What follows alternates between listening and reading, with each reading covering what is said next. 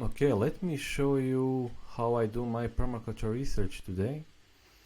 I'm using this tool. It's called Perplexity AI, and it searches the web.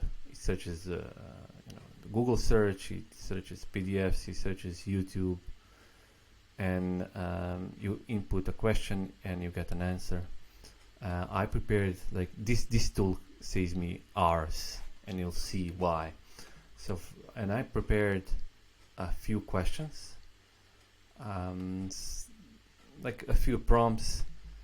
I'm going to spare you typing, and I'll just feature like a few common questions that I usually get asked. So, for example, I'm growing a food forest in a temperate climate, and what are some nitrogen-fixing plants I can grow? Essentially, that's the questions, and you input your question, and it will give you a list of plants.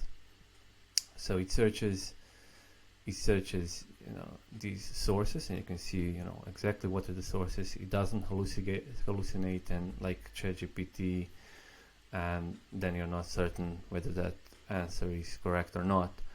This actually searches the web and gives you the answer, so you can be certain then this is like true information.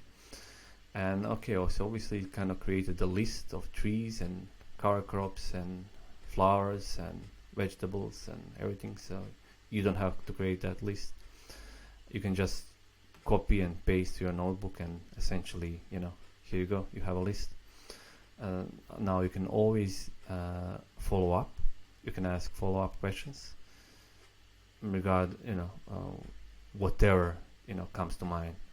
For example, for me, I'm not sure what this kudzu plant is, so I'm going to ask it. Okay, so what is kudzu? If I'm pronouncing that correctly. So kudzu, fast-growing woody vine, native to China and Japan. Okay, and it was introduced to North America in. All right. Okay, so it's highly invasive. Okay, so if you're in the US, you don't want to grow that, but it's interesting. It's a nitrogen fixing vine. Okay, but then if you want, you can ask a follow up. Okay, so what are the plants?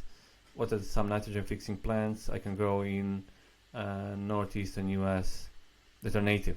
And it will give you that list, and that gives you the sources. You can, if you want to further investigate, then you go to all these sources, and then you read those articles, and and ask follow-up questions, as many as you would like. Let me give you another. So another common question that I'm getting, that it's usually on people's mind, is something with the soil. So I have this kind of soil, what do I do?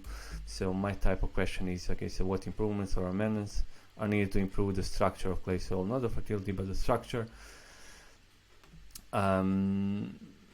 Meaning, I have one type of, clay is my dominant type of soil, and how do I improve it so it's kind of more loamy or whatever. Like, you can craft a question like that, but I crafted it in this way. So, and it gives me essentially, it's almost like a step-by-step. I could even ask it, okay, so create a step-by-step guide for how to improve, but it gives me an answer. It gives me like, okay, so you can incorporate organic matter, you can do crop rotation, maintaining soil organic matter. Okay, that's conservation tilling practices. But it gives you like an idea. It gives you sources, and it gives you references. Okay, so like obviously this reference is from the PDF article, and you can then follow up and see. Okay, so let me see this article where it's from. It's from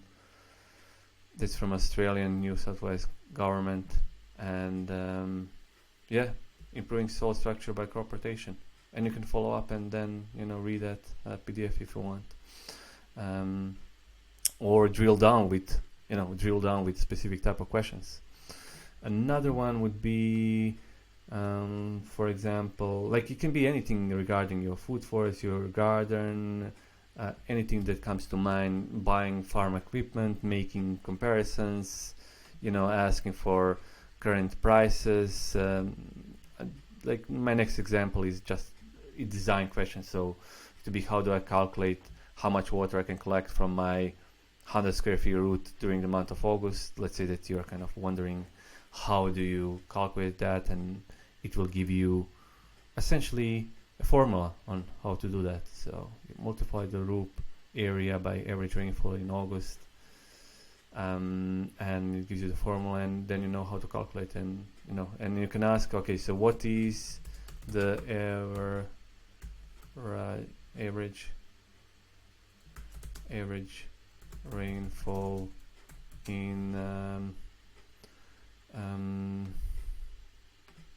for example, Boise, Idaho. Okay, so let me see what it comes with. So it looks at all these websites, and it gives you answers in seconds. So the average rainfall is 11. That's per year. The driest month in August. So in August you're only getting like 0.3 inches. Okay, so this it gave me answer in seconds rather than me going on clicking on going on Google and then searching, okay, what is the average rainfall in Boise, Idaho, and then I get an answer like few websites, and I click through, and then one website is not giving me that information. I go on another one, and it just takes like 10 minutes. This give you like in 5 seconds an answer. So hopefully that kind of gives you insight in how to use this tool. I'll have some prompts ready for you to use in this video or below the video, in the email that I'm sending, or below the video, and you can play with it and craft your own prompts and save yourself hours essentially on research. Okay, talk to you soon.